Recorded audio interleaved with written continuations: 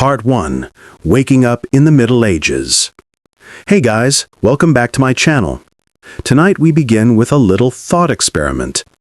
Imagine, just for a second, that you wake up, not in your cozy bed, not with your phone buzzing beside you, but in the Middle Ages. Yes, medieval times, the era of castles, knights, and surprisingly questionable hygiene. So go ahead, dim the lights, get comfortable, maybe pour yourself a small drink of something warm, and let's float gently back in time. No rush. The 14th century isn't going anywhere. Well, except for the plague, but let's not think about that right now. First, you might notice the smells. And I don't mean the faint aroma of morning coffee. I mean a blend of livestock, unwashed people, smoke from cooking fires, and whatever mysterious scents were wafting from the castle kitchens. Of course, the wealthy didn't care. They could afford perfumed gloves or a nice dab of rose water on their chin. But for everyone else, the concept of smelling pleasant was probably optional. Now, let's gently meet a few people you might encounter. Perhaps the most relatable character for our little adventure is young Henry, a royal child who, by modern standards, would be considered endlessly spoiled. Henry spent much of his childhood in a castle where every whim was attended to by an army of servants. Need a blanket? There's someone for that. Craving grapes at 3 in the morning? Naturally, the court baker has anticipated it. And yet he was remarkably unhappy. Not because of hardship, obviously, there was none, but because he had absolutely no say in anything, ever. Imagine being told, you will marry the daughter of a man you've never met at age 7. And of course, Henry was destined to inherit a kingdom, so his tantrums were politely documented by chroniclers as melancholic tendencies. Let's float over to another royal disaster. Enter Eleanor, a princess whose life was basically a non-stop parade of arranged marriages and courtly etiquette. She had an extraordinary knack for getting herself into awkward situations, which was perhaps a family trait. Her favorite pastime was staring out castle windows, thinking about what it would be like to live somewhere with slightly less formal manners. Her contemporaries described her as both beautiful and strange. She was elegant, yes, but with a tendency to make faces during banquets, faces that, if caught by the wrong courtier, could inspire whispers that lasted decades. And speaking of faces, let's take a detour into the Habsburgs. Of course we do. When thinking about genetic curiosity and inbreeding, they're basically the poster children. Charles II of Spain, for instance, was called the Bewitched, though historians now quietly suspect that this nickname was less about witchcraft and more about a combination of extreme inbreeding and delicate health. Picture this, a king so ill-equipped for life that simple tasks were exhausting, his body frail and oddly formed, yet he sat on a throne because, well, dynastic obligation is a powerful thing. Charles II could not walk without assistance, yet was expected to rule a country. And of course he had a court full of advisors whispering endlessly, we must protect the king, and also, make decisions ourselves. Now, let's gently wander into the world of medieval hygiene and fashion. Royals had very particular standards. Imagine waking up and being told you must wear a tight and uncomfortable doublet, hose, and a hat that makes your head look slightly triangular. And bathing? Once a year was often sufficient. The rest of the time, fragrant herbs, scented oils, and a strict diet of perfumes were supposed to cover up, everything else. It's important to note, though, that medieval people were quite creative. If you got bored, there were elaborate courtly dances, tournaments, and endless amounts of embroidery to occupy your time. Meanwhile, the average person was, well, less glamorous. You might find yourself navigating crowded streets, dodging carts, and trying not to step in something unpleasant. And yet they had small pleasures. Freshly baked bread, a well-poured ale, storytelling by the fire. Life was shorter, yes, and often cruel, but even then, people found ways to make it bearable. You, of course, would notice this contrast immediately. One world of castles and opulence, another of constant labor and minimal comfort. Let's drift over to the realm of emotional meltdowns, because no medieval life story is complete without them. Take King Louis II of Hungary and Bohemia, who, despite being young and royal, displayed the kind of unpredictability that makes you wonder why anyone thought he could handle a kingdom. He had sudden fits of sadness, followed by bursts of excessive eating. Chroniclers, ever diligent in observing minor inconveniences, made sure to note every unusual behavior. And of course, the courtiers would nod solemnly, because acknowledging human quirks was a delicate balancing act. Too much attention, and they were accused of insolence. Too little, and you risked angering the monarch. And then there are the strange habits. Royals in particular loved eccentricities. Queen Christina of Sweden, for instance, would hold philosophical debates at midnight while wearing men's clothing, her court politely humoring her. She insisted on reading Latin texts aloud, not because anyone understood them, but because she found the cadence calming. Imagine being a servant, standing silently, watching this, and thinking, I just wanted to clean the chamber pots. Now, drifting further, we reach the topic of inbreeding, which dominated European royal genetics for centuries. It wasn't intentional, exactly, more like a byproduct of trying to keep power within the family. The result? A parade of odd features, weak constitutions, and chronic illnesses.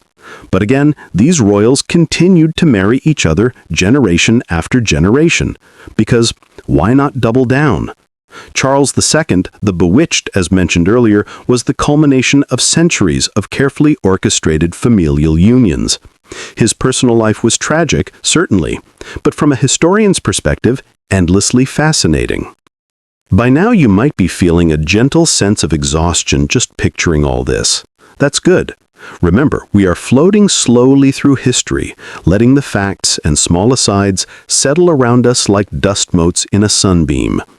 Let's continue by imagining the everyday life of a slightly less famous but still tragically pampered royal. Princess Margaret of Austria, for instance, had a childhood filled with tutors, musicians, and endless gowns. She would practice her embroidery for hours, sometimes to the point of exhaustion, while political alliances around her shifted like clouds in the sky. And she kept a diary. Yes, she kept one, which was mostly complaints about boredom and the discomfort of formal shoes. And yet, centuries later, we marvel at her meticulous accounts, because they give us a window into life that is at once trivial and intensely human.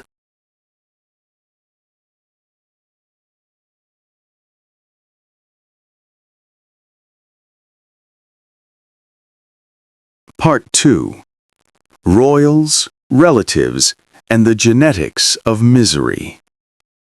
All right, so now that we're comfortably settled in our imaginary medieval bedroom, no Wi-Fi, no heating, maybe just the faint smell of roasted meat drifting from somewhere, you might be ready to meet some more royals.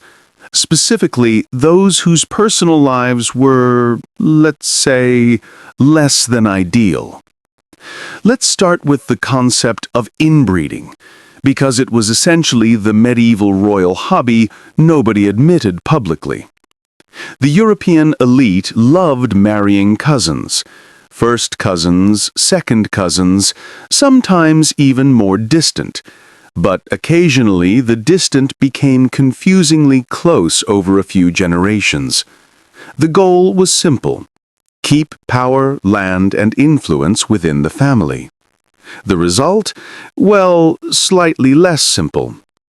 Think of a genetic snowball rolling downhill, collecting quirks, frailties, and very odd facial features.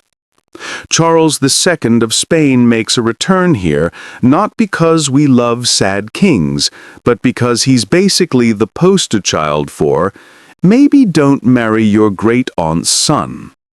He had a jaw so small and misshapen that it was almost impossible to chew properly.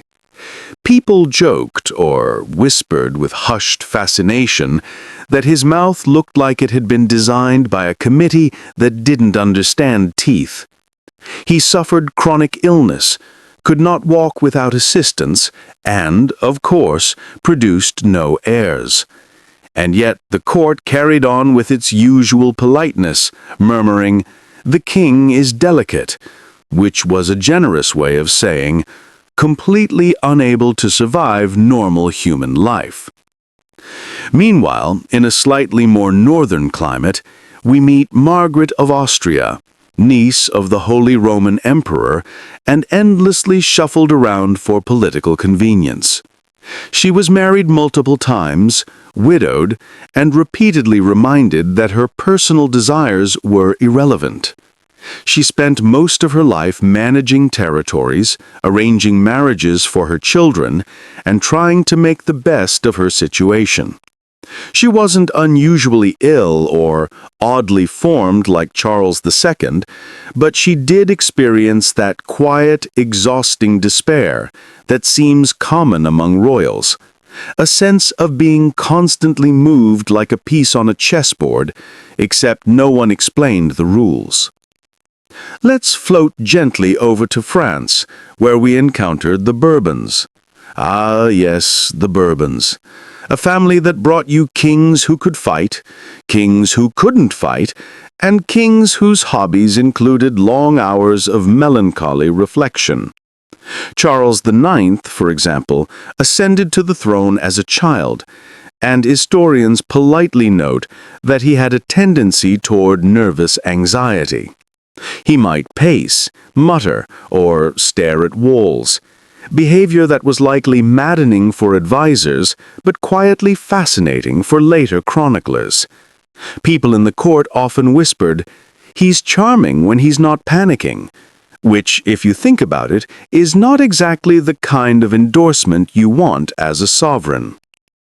Now, not all royal eccentricities were mental or physical. Some were culinary or hygienic.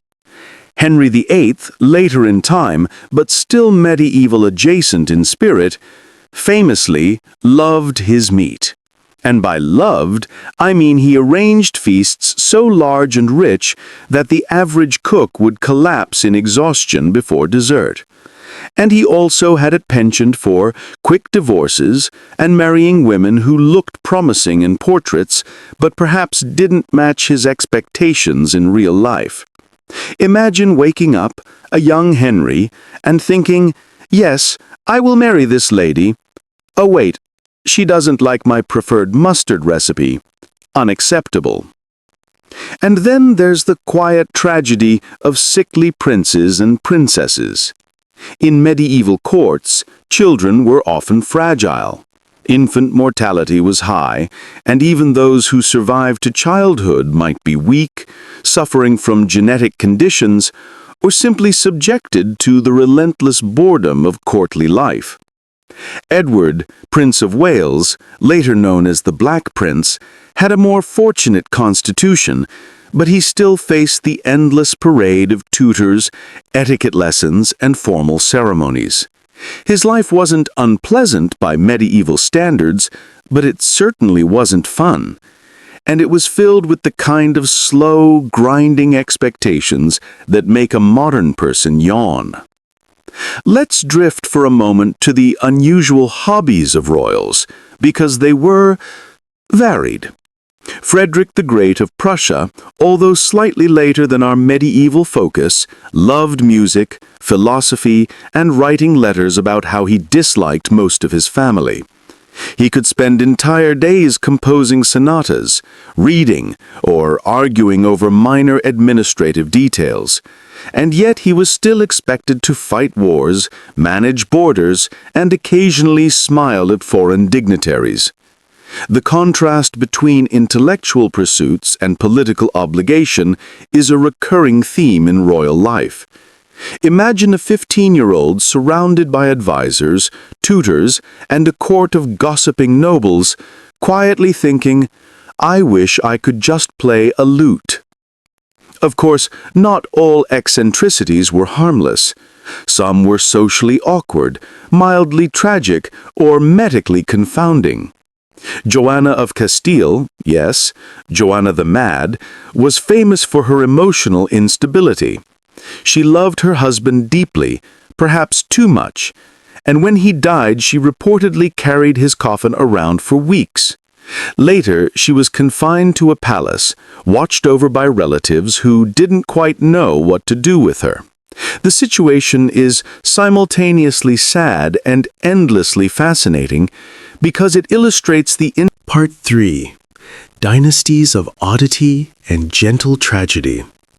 So, as we continue our gentle stroll through medieval history, let's linger on a few families who, in hindsight, seem almost designed for quiet fascination. Families that spent generations marrying their own cousins, nephews, or distant uncles, producing an endless cascade of quirks, frailties, and eccentricities. And no, you won't see any dramatic sword fights here. Instead, we'll explore the slow, subtle tragedies of daily life, perfect for drifting off. Take the Habsburgs again, because they are unavoidable. Their family tree is, well, it resembles a vine that keeps curling back on itself. Charles II of Spain, whom we met earlier, wasn't the first oddity, nor the last. His ancestors practiced such relentless intermarriage that by his generation, physical frailty and developmental challenges had become almost predictable. You might picture the royal court, politely observing the king struggling with everyday tasks, nodding solemnly and murmuring, "He is delicate." Meanwhile, the king is probably thinking about something simple, perhaps how uncomfortable the throne cushion is, or whether the palace gardener remembered to trim the roses. Then there's Joanna of Castile, whose nickname, the Mad, has a tone of casual dismissal we don't often hear in modern psychology. She loved her husband intensely, perhaps more than was socially acceptable, and her grief became an enduring tale of confinement. Imagine carrying a coffin for weeks because your emotions won't allow for rest. In a quiet medieval corridor, the scene is both tragic and oddly hypnotic. Her devotion, her isolation, her inability to comply with the mundane expectations of the court. Chroniclers recorded these moments in the same calm, factual tone you might use to describe a long, rainy afternoon. Now, not all oddities were emotional. Some were sartorial or dietary. Henry VIII, for instance, had a well-documented love of meat and a particular flair for feasting.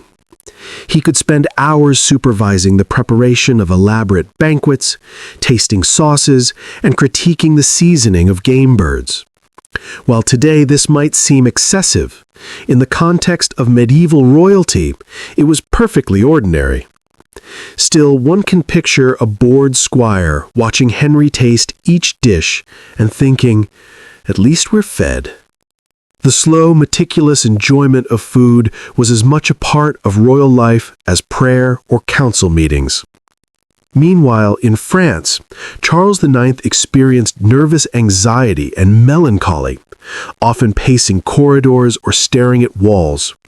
The chroniclers, as always, noted his behavior with calm detachment. The king appeared unusually preoccupied today. One can imagine the courtiers silently monitoring his pacing, offering gentle nods of approval and trying not to spill the ink or upset the king's fragile mood. These small observations give us an oddly soothing sense of human continuity. People worrying, observing, and managing moods centuries before caffeine or smartphones existed. Let's drift toward the Plantagenets now, particularly Richard II. He had a penchant for ceremony and excessive decoration. His clothing, his poetry, his endless formalities were all part of a slow rhythm of life that is both fascinating and, if you imagine yourself there, slightly soporific. Watching him organize a banquet, making sure each napkin is folded correctly, each goblet aligned perfectly. Well, it's the kind of detail that makes you appreciate the quiet monotony of court life. Every action is deliberate, every gesture significant, yet the overall effect is calmly hypnotic. And then there's the question of children in these dynasties. Infant and child mortality was tragically common, and surviving children were often fragile, sickly, or simply ill-suited for the responsibilities foisted upon them. Princess Margaret of Austria, for instance, had a life full of tutors, embroidery lessons, and political marriages, but little personal freedom. One can picture Part 4. Inbreeding, Odd Habits, and the Gentle Tragedies of Royal Life. Welcome back. By now, you're likely settled, maybe half asleep, imagining tapestries swaying in a gentle breeze, faint candlelight reflecting off polished armor, and the distant murmur of a castle's daily life. Let's float further into the subtle, quietly tragic world of medieval dynasties. One of the most persistent themes in European royalty is, of course, inbreeding. It wasn't accidental, really. Keeping land, titles, and influence within the family was considered paramount, so cousins married cousins, nephews married nieces, and sometimes the relationships were so convoluted that modern historians need diagrams just to keep track. The consequences were predictable: fragile health, weak constitutions, oddly shaped features, and a general air of delicacy. Charles II of Spain remains the archetype: frail, intellectually limited, and chronically ill, yet seated on a throne simply because his ancestors valued dynastic continuity more than personal vitality. Imagine sitting at court, observing a king who struggles to chew, walk, or even sit comfortably, while still being expected to make rulings about the kingdom. It's tragic, yes, but also hypnotically meticulous in its slow unfolding. Meanwhile, other royals expressed their eccentricities through hobbies or minor obsessions. Queen Christina of Sweden, whom we met earlier, is a perfect example. She wore men's clothing, held midnight debates, and delighted in philosophical arguments, all while her court watched silently. You can picture the courtiers trying to balance respect with survival, taking notes on the debates they did not fully understand, and quietly hoping she wouldn't notice their mild confusion. The entire scenario unfolds with a slow, dreamlike rhythm: fascination, fear, obedience, and a touch of absurdity, all mingled into daily life. The Bourbons offer another gentle study in melancholy. Charles IX, who ascended to the throne as a child, experienced bouts of anxiety that affected the mood of everyone around him. Courtiers tiptoed, servants whispered, and advisors adjusted to the subtle shifts in his temperament. It's easy to imagine the slow, careful choreography required to maintain a semblance of stability in a court ruled by fragile human emotions. It's deliberate, even meditative, as each day blends into the next, punctuated by minor rituals and polite observation. Then there are the children of royal families, often delicate, sickly, or bored to tears. Princess Margaret of Austria, for instance, spent long hours with tutors, embroidering, and observing the adult world quietly. She was acutely aware of her role as a tool for diplomacy, yet had little agency in her daily life. The monotony of childhood, coupled with the weight of expectation, creates a quiet, persistent sadness, hardly dramatic but deeply human.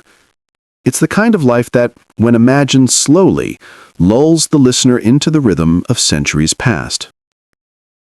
Odd habits were common, and sometimes necessary, to cope with a world so rigidly structured. Henry VIII, though later in the timeline, provides a colorful example. His obsession with food and banquets is well documented, as is his precise attention to ceremonial detail. He tasted sauces for hours, inspected dishes meticulously, and occasionally rearranged the seating at feasts.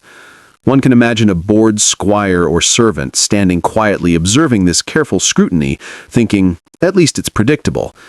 The predictability of ritual is strangely comforting when you picture it slowly, day after day.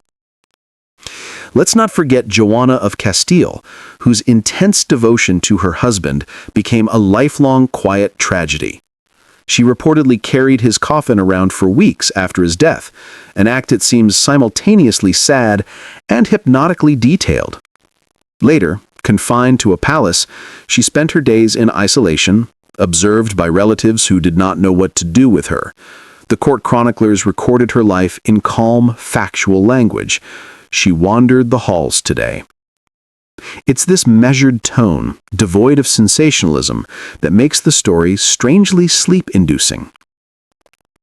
Meanwhile, the Plantagenets offer a gentle study in ceremonial excess. Richard II loved ornate clothing, poetry, and the meticulous organization of his court. He could spend hours ensuring every detail of a banquet, ceremony, or procession was perfect. It's almost like a slow-motion ballet of minor obsessions, where every gesture is deliberate, every pattern repeated, and every day blends into the next with a hypnotic rhythm. The slow unfolding of such a life is less exciting than it is mesmerizing, like watching candlelight flicker across stone walls. Even the more subtle consequences of dynastic strategy are worth noting. Marriages arranged purely for political reasons produced children who were fragile, bored, or eccentric. The monotony of tutors, formal lessons, and endless ceremonies created lives that were at once privileged and deeply constrained. Imagine a young princess or prince sitting quietly while advisors debated alliances, treaties, and taxation, knowing that their personal desires are irrelevant. The slow accumulation of expectation, obligation, and minor disappointment is almost soothing in its regularity. Then there's the quiet absurdity of courtly eccentricities. Frederick the Great, later in history but reflective of similar patterns, balanced intense intellectual curiosity with monarchical duty. He composed music, wrote letters, and argued over philosophy while simultaneously managing armies and borders. The slow rhythm of such a life, punctuated by minor frustrations and delicate victories, is hypnotic. Every day is both significant and mundane, a careful balance of power, habit, and personal interest. As we drift further into these slow currents of history, it's helpful to imagine the ordinary moments: tapestries swaying in drafty corridors, the smell of food from distant kitchens, the soft murmur of conversations, the distant clatter of a blacksmith at work. All of these sensory details layer together, creating a rich, quiet environment. Royals pacing, embroidering, or obsessing over minor rituals blend seamlessly with the mundane rhythms of servants, courtiers, and townspeople. It's a world that is both alien and familiar, and its slow cadence is soothing. Finally, it's worth remembering that these lives, filled with privilege, ceremony, and eccentricity, were often quietly tragic. Part 5. Marriages, Genetics, and Quiet Absurdities.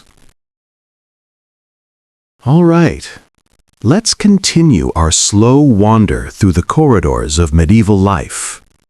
By now, you might be picturing yourself in a quiet castle, listening to the distant echoes of servants moving through stone halls, and maybe feeling a gentle sense of exhaustion just from imagining all this.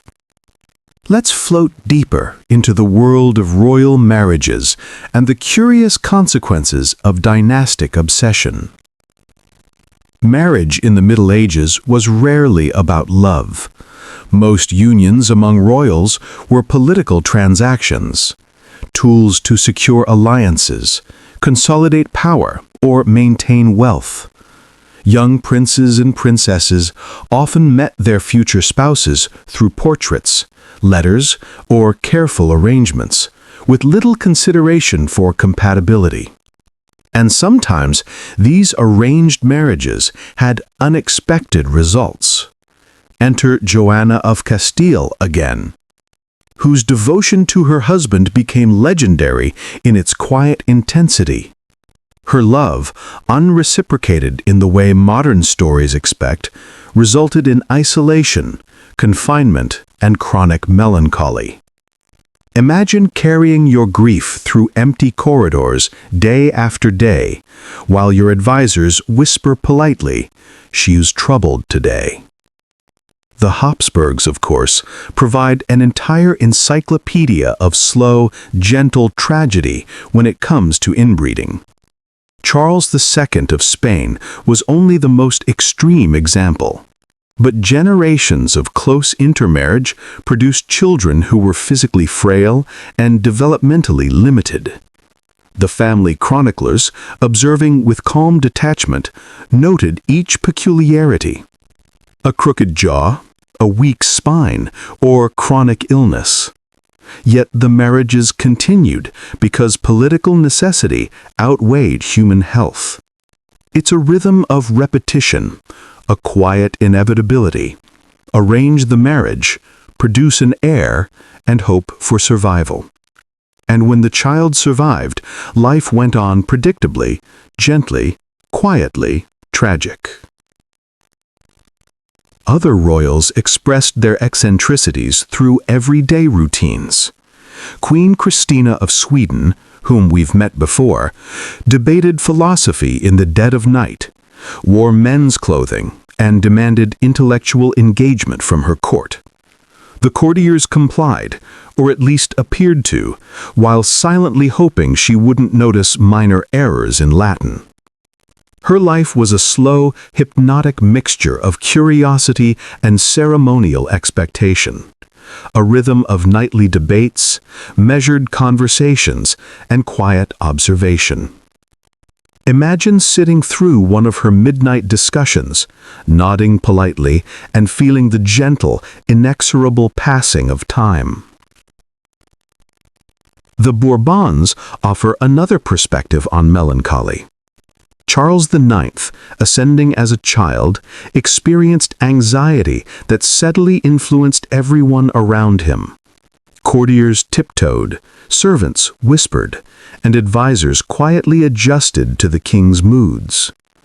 Imagine living in a palace where the very air seems charged with emotional caution, every gesture measured to avoid minor offense.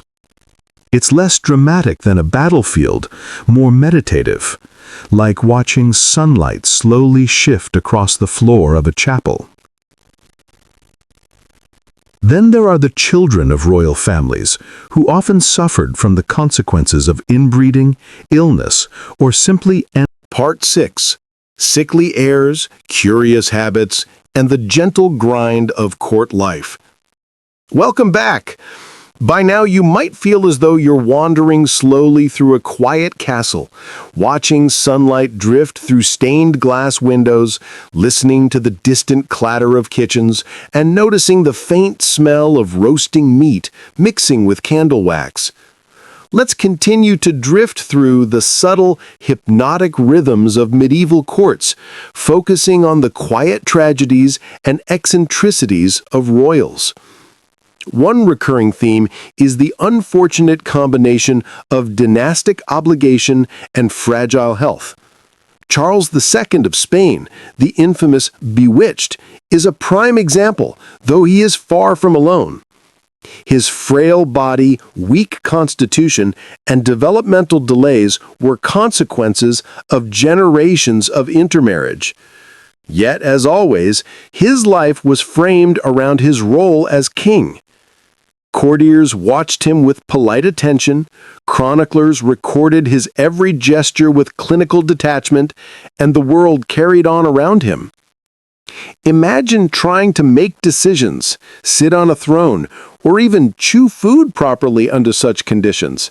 It's quietly tragic and oddly mesmerizing. In England, the Plantagenets produced children who often displayed a similar pattern of fragility and ceremonial constraint. Richard II, with his obsession for pomp, ornamentation, and daily rituals, created a life of meticulous routine. Every banquet, every procession, every arrangement of goblets or napkins became a slow, hypnotic task.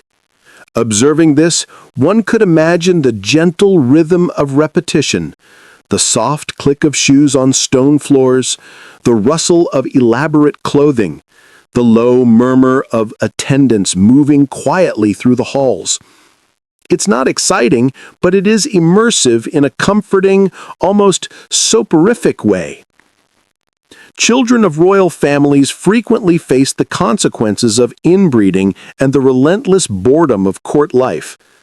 Princess Margaret of Austria, for instance, spent long hours embroidering, listening to tutors, and quietly observing adults make decisions on matters far beyond their control. The monotony, while stifling, also created a patterned rhythm to life, one that can be oddly calming to imagine.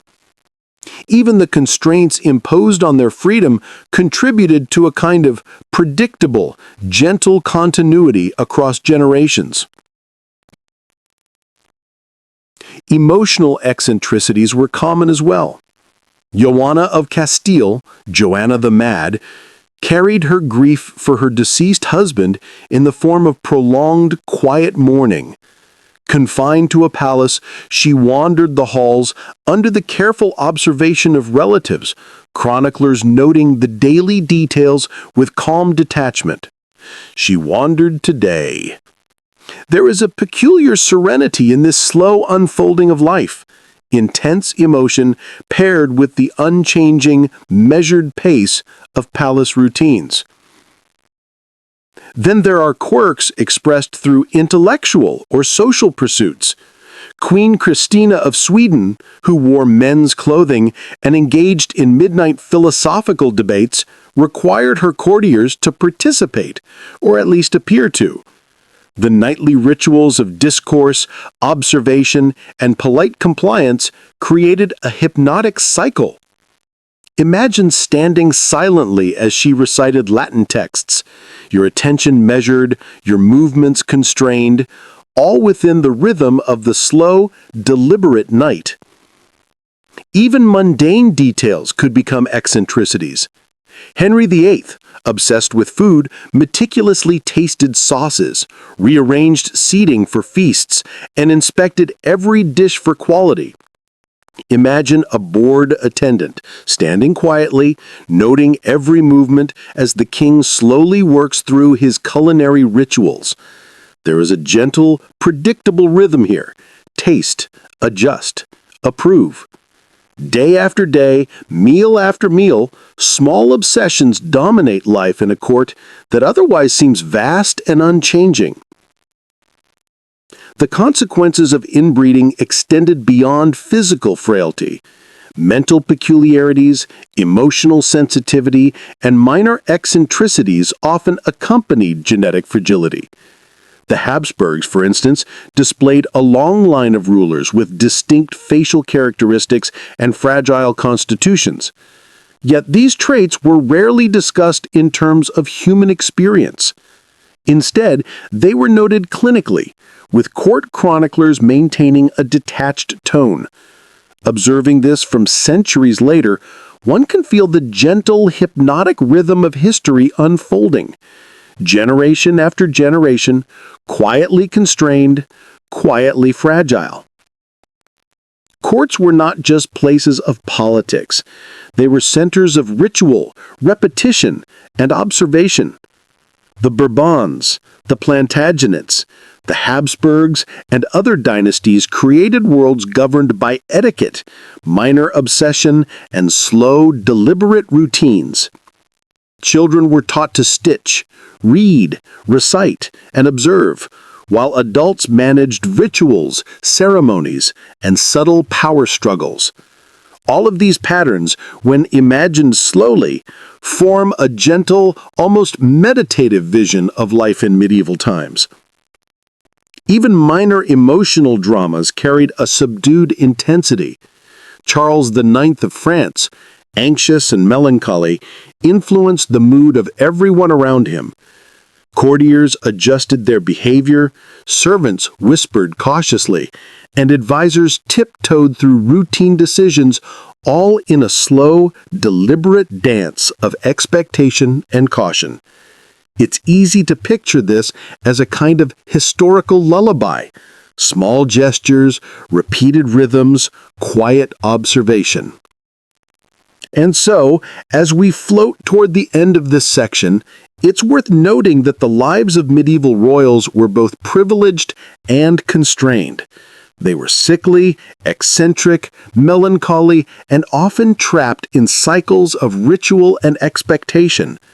Their lives offer a hypnotic, almost soothing view of history.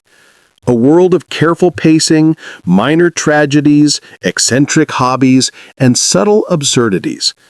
Watching it unfold slowly, without drama, is like listening to the soft hum of centuries past, a gentle, meditative rhythm that continues even after the candles have burned down. Part 7. Tragic romances, peculiar habits, and the gentle absurdity of court life. Welcome back. By now, you might feel as though you're quietly wandering through stone corridors, watching sunlight filter through colored glass, or listening to distant footsteps echo across polished floors. Let's continue our slow journey, observing medieval royals in all their oddly fascinating, quietly tragic glory. Romance in the Middle Ages was rarely romantic in the modern sense. Most unions were political transactions, crafted to secure alliances or preserve dynastic power. Love, if it appeared, was often inconvenient, brief, or tragic. Joanna of Castile, still wandering quietly in her palace, is an example of devotion that exceeded social norms. Her husband died, her grief persisted, and her life was thereafter spent in measured isolation. Chroniclers noted her daily routines with calm detachment. She walked the halls today. There is something hypnotically soothing about imagining the repetition of her quiet sorrow, an endless gentle rhythm of human experience. Meanwhile, across Europe, other royals expressed eccentricities in equally subtle ways. Queen Christina of Sweden, dressed in men's clothing and holding midnight philosophical debates, created a slow, meditative cycle within her court. Courtiers listened, nodded, and sometimes contributed, all while silently managing the unusual expectations of their queen. Observing such rituals today feels almost like watching a carefully choreographed performance. Slow, precise, oddly soothing, and gently absurd. Odd habits were widespread among royals. Henry VIII, obsessed with banquets, meticulously inspected dishes, rearranged seating, and sampled sauces with the patience of a man who had no real sense of urgency. Imagine standing quietly, watching every move, noting each small ritual. There's a hypnotic rhythm here, repetitive, deliberate, yet quietly absorbing. Over time, these small obsessions formed the fabric of daily life, blending ceremony, duty, and minor eccentricity. Dynastic inbreeding continued to shape lives in subtle ways. Charles II of Spain's frailty, crooked jaw, and chronic illness were extreme outcomes of generations of familial marriages. Yet life went on, polite and predictable. Courtiers observed, advisors murmured, and chroniclers noted. Day by day, hour by hour, life followed its gentle, inevitable rhythm. The repetition is oddly comforting. The world moves slowly, observers take notes, and generations quietly persist. Childhood in these royal households was filled with routine, repetition, and gentle monotony. Princess Margaret of Austria embroidered for hours, attended lessons, and observed adults making decisions far beyond her comprehension. The slow rhythm of expectation, combined with minor boredom and constrained freedom, forms a pattern that, when imagined, lulls the mind into a calm, reflective state. Her days were filled with small pleasures and minor frustrations, a balance that repeats across generations. Courts were places of ritual, observation, and minor absurdity. Richard II, with his obsession for ceremonial perfection, organized banquets, processions, and clothing with meticulous care. Each gesture was deliberate, each day predictable. Watching such a life unfold is like observing a slow, patterned dance. Minor eccentricities, subtle obligations, and carefully observed routines blending seamlessly into the fabric of daily life. Even emotional eccentricities were moderated by routine. Charles IX of France, anxious and melancholy, influenced the behavior of everyone around him. Courtiers adjusted, servants whispered, and advisors tiptoed through daily tasks, creating a rhythm of cautious observation. These small, repeated patterns form a quiet, hypnotic narrative, an almost meditative view of life in a court governed by fragile rulers. Then there were minor personal quirks that added texture to otherwise predictable lives. Frederick the Great, slightly later in history, balanced intellectual pursuits with monarchical duty, composing music, writing letters, debating philosophy, all while managing borders and armies. The rhythm of life is deliberate, repetitive, and subtly absorbing, a pattern that echoes across centuries. Small gestures, tiny habits, and quiet obsessions form the backbone of courtly existence. Finally, even the simplest details of palace life contributed to this hypnotic, sleep-inducing atmosphere. The flicker of torchlight, the rustle of tapestries, and the faint scent of herbs and roasting meat. Royals paced corridors, embroidered or observed ceremonial routines, blending seamlessly with the movements of servants and courtiers. Their lives, constrained by expectation, privilege, and fragile health, reveal a slow, patterned rhythm that is oddly comforting to imagine. As we drift toward the end of this part, it's worth reflecting. Medieval royals, despite wealth and status, lived lives constrained by duty, genetics, and ritual. Their eccentricities, melancholies, and minor absurdities are strangely calming to observe. Watching them unfold slowly, deliberately, and without drama is like listening to the gentle pulse of history itself. A soothing, repetitive rhythm that carries forward across centuries. Part 8. Fragile Heirs, Strange Habits, and the Quiet March of Dynasties. Welcome back. By now, you might feel as though you are drifting through a castle in soft candlelight, hearing the faint echo of footsteps on stone floors, feeling the gentle warmth of a hearth, and noticing the slight scent of herbs and roasting meat. Let's continue our calm exploration of medieval royals, focusing on the quietly tragic and subtly absurd. One of the most persistent themes is the impact of inbreeding on dynastic heirs. Charles II of Spain remains a stark example, though he was not unique. Generations of close familial marriages produced children with frail bodies, developmental challenges, and peculiar features. Life went on around them, polite and deliberate. Courtiers whispered, advisors tiptoed, and chroniclers recorded each gesture with calm detachment. Observing this centuries later, it's easy to see a quiet, hypnotic rhythm in the repetition. Generation after generation, minor quirks, fragile lives, ceremonial routines. Children of royal households often bore the consequences of these genetic patterns. Princess Margaret of Austria, embroidering quietly in her room, attending endless lessons, and observing the adult world carefully, experienced a childhood of constraint and monotony. Her life unfolded with slow precision, small pleasures and minor frustrations blending into a repetitive, predictable rhythm.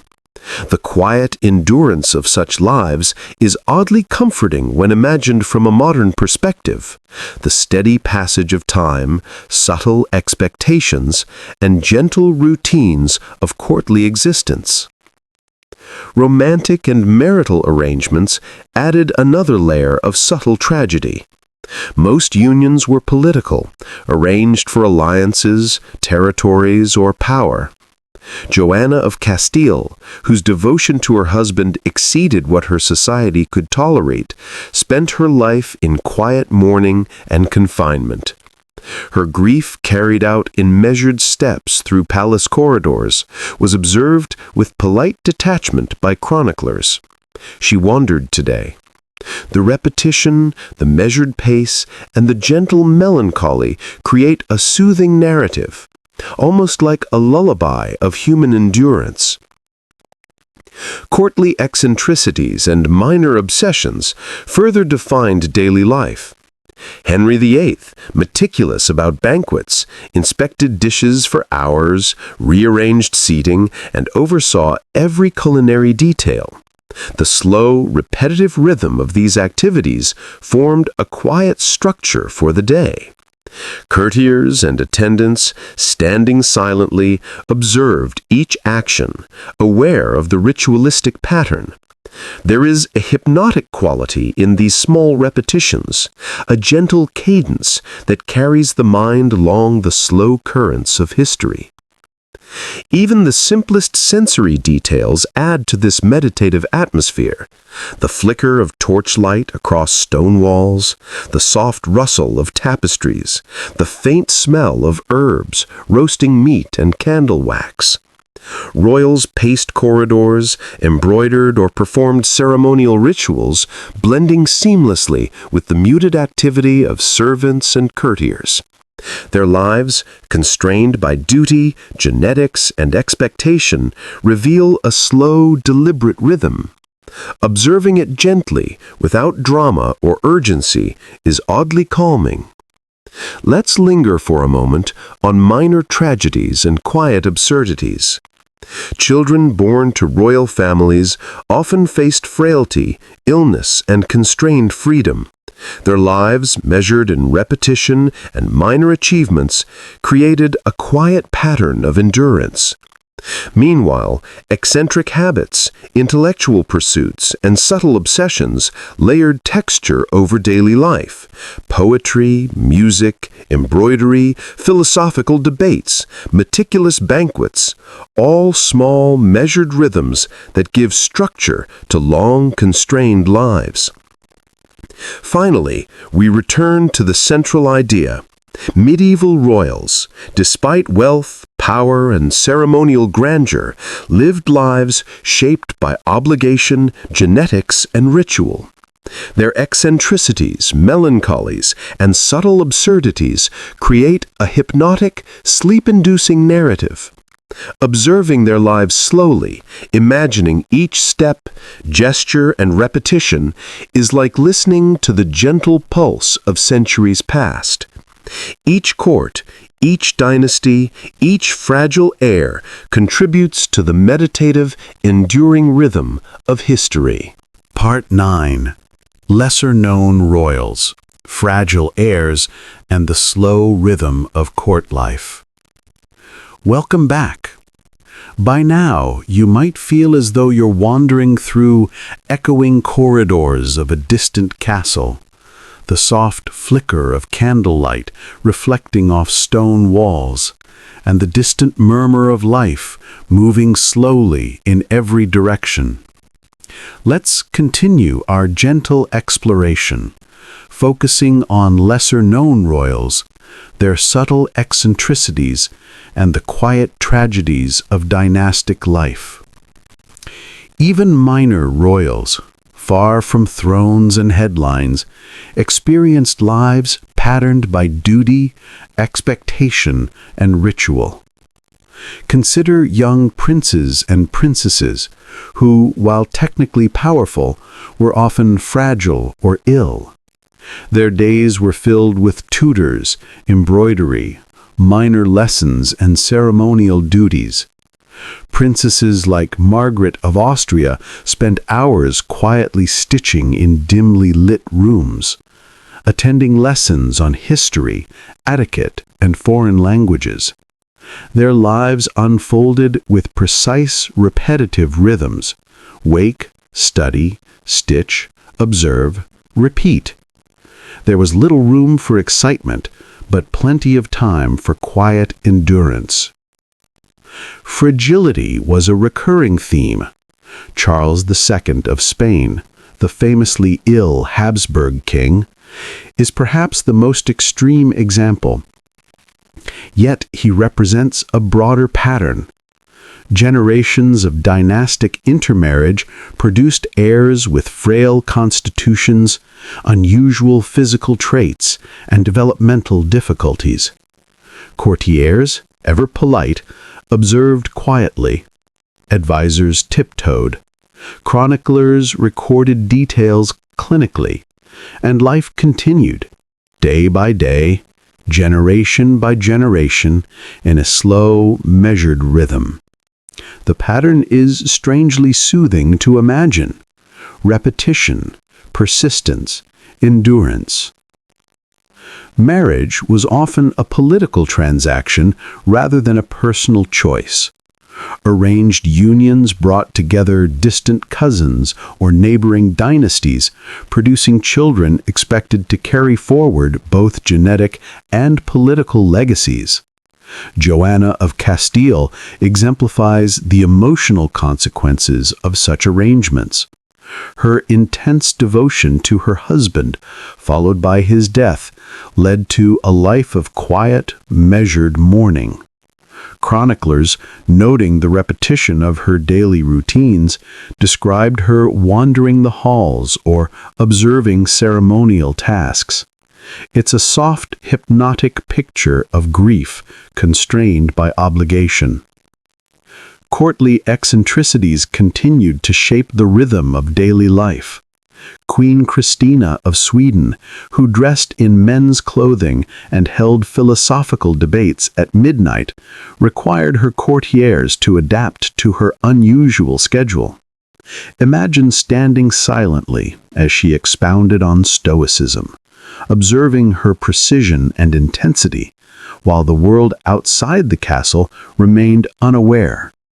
The night becomes a gentle, hypnotic cycle of observation, measured engagement, and subtle social compliance.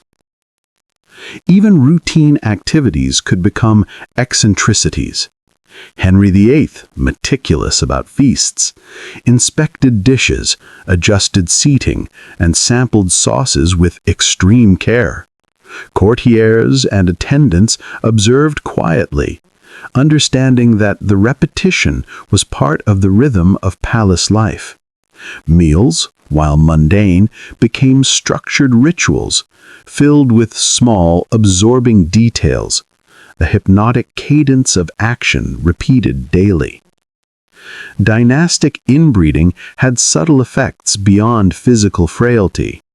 Emotional sensitivity, mental quirks, and minor eccentricities often accompanied genetic fragility. The Habsburg line, for instance, produced rulers whose unusual facial features and delicate health were recorded clinically, without comment on personal experience. Observing this centuries later, one can perceive a slow, patterned rhythm.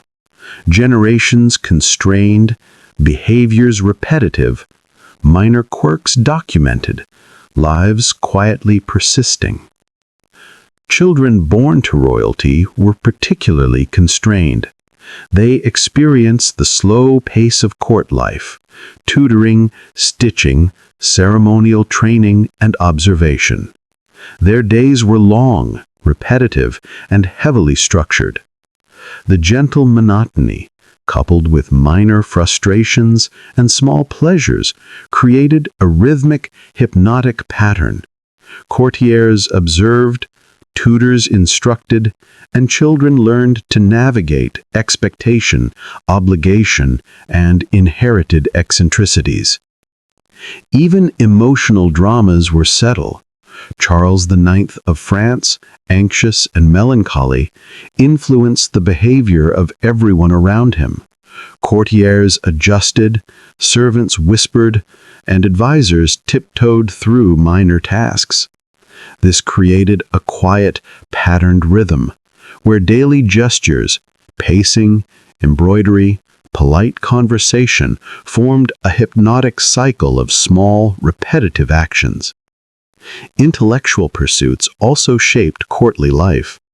Frederick the Great, later but reflective of earlier patterns, balanced music, letters, and philosophy with governance. The slow, deliberate pace of his life, punctuated by minor triumphs, small frustrations, and quiet obsessions, mirrors the repetitive, hypnotic rhythms of earlier medieval courts. Small gestures, minor eccentricities, and structured routines form a calm, meditative tableau of daily life.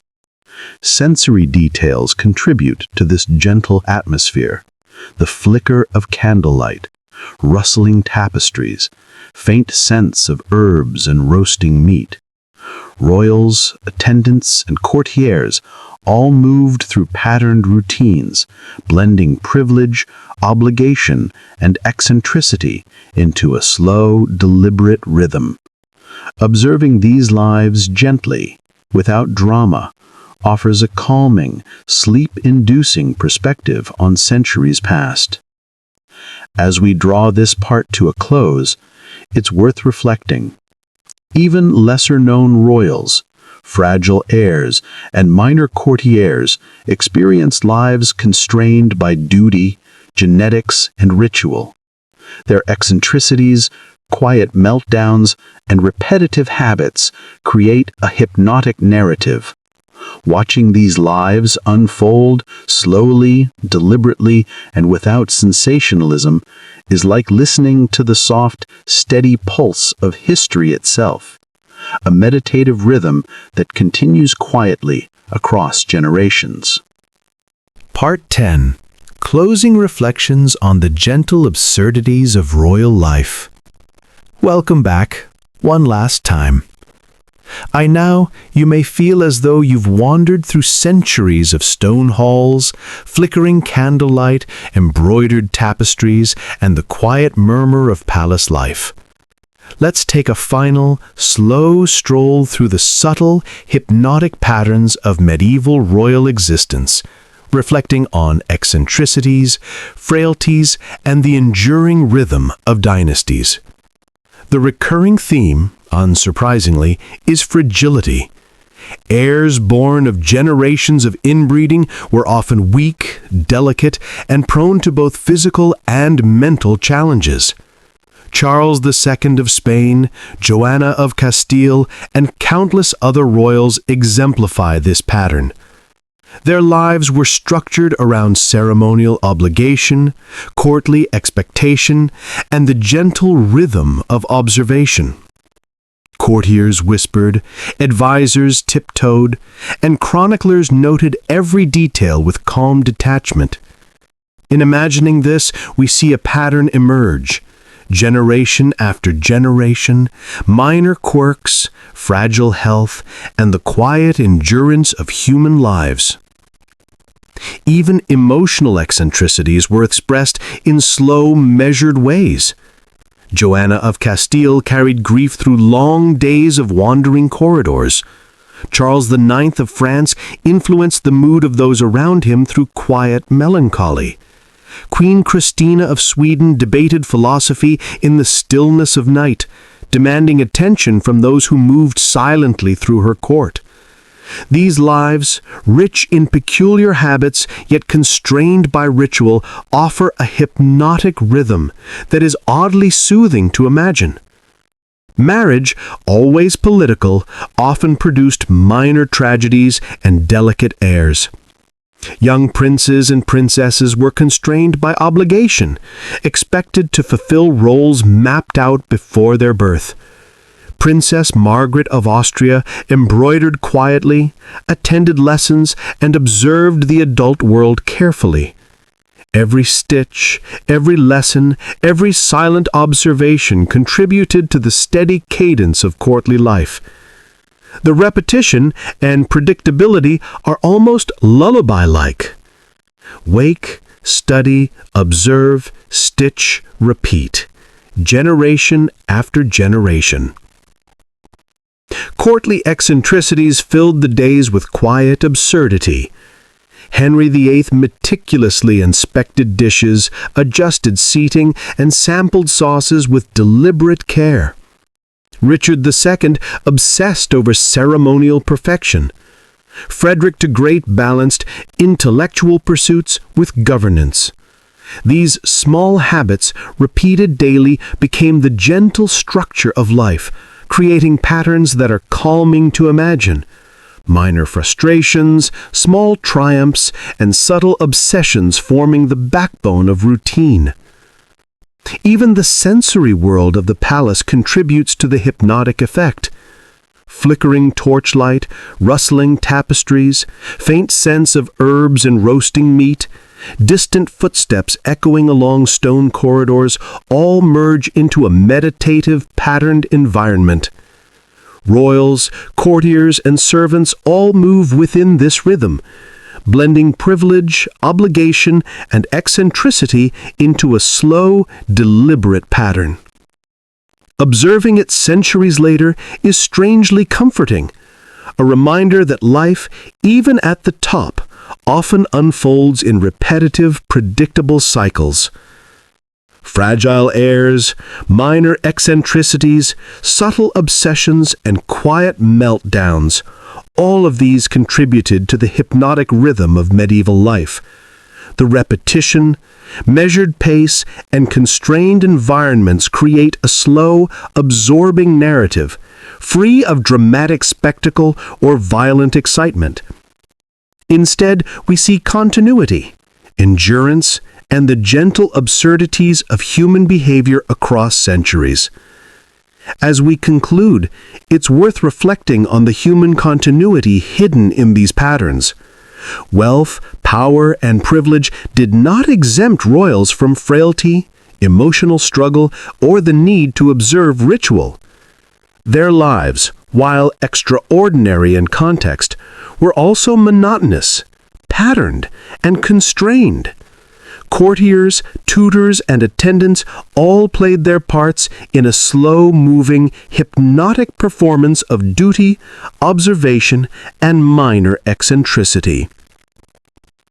In the quiet end of this journey, imagine the last candle flickering in a long hallway, a prince pacing gently, a princess stitching quietly, and a king observing each detail of his courtly world. The slow, patterned rhythm continues, unnoticed by most, yet profoundly consistent.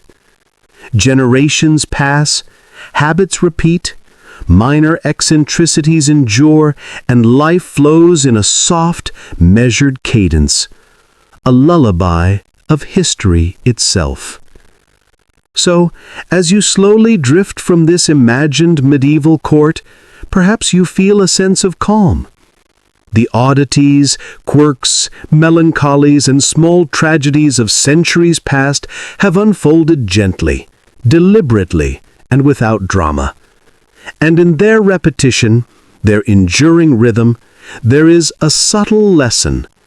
Even the most privileged lives are shaped by duty, fragility, habit, and quiet endurance, a pattern that continues quietly, softly, and hypnotically across the long corridors of history. Good night, and may the gentle rhythms of medieval life carry you softly towards sleep.